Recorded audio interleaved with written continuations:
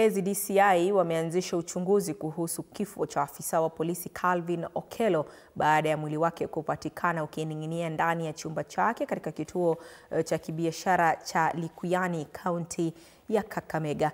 Kwa mujibu wa mfanyabiashara Winnie Wanyonyi, mama mzazi wa Okello alipiga simu mara kadhaa bila majibu na baadaye akaandamana na afisa mwingine hadi chumbani kwa marehemu ambapo walikuta mwili wake ukining'inia. Chifu wa kata ya Likuyani, Bonventure Lugado, alisema mwili wa Okello ulikuwa na kamba shingoni ukining'inia kwenye paa la nyumba hiyo. Kamanda wa polisi wa Likuyani Peter Omondi amedhibitisha kisa hicho na kusema huenda mzozo wa kifamilia ulimsukuma kuchukua hatua hiyo. Simu yake iliharibika. Akachukua laini yake akaweka kwa simu yangu. Na watu wakwao walikuwa wanamtafuta mama yake. Sasa ikabidi mwendo saa 12 karibu saa 1.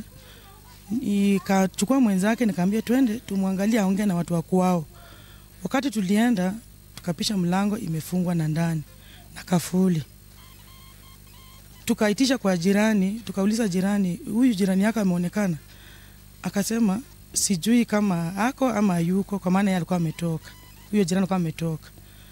Kidogo kuna kadirisha kioo imepasuka hivi kwa nini? Kwa hiyo mlango ya huyo Okello.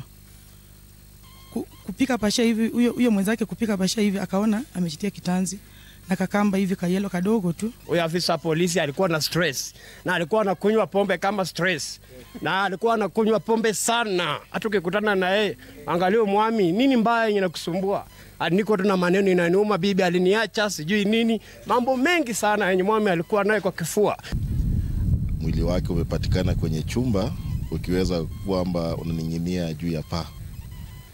Na wakati tulifika kwa tukio ni ukweli na vitengo vyote vya usalama vilifahamishwa, na hapo uchunguzi ukaanzishwa mara moja na bado unaendelea. Na kwa sasa tukio hilo liko kwa mikono ya DCIO ambao wataangalia ni nini ambacho kilitokea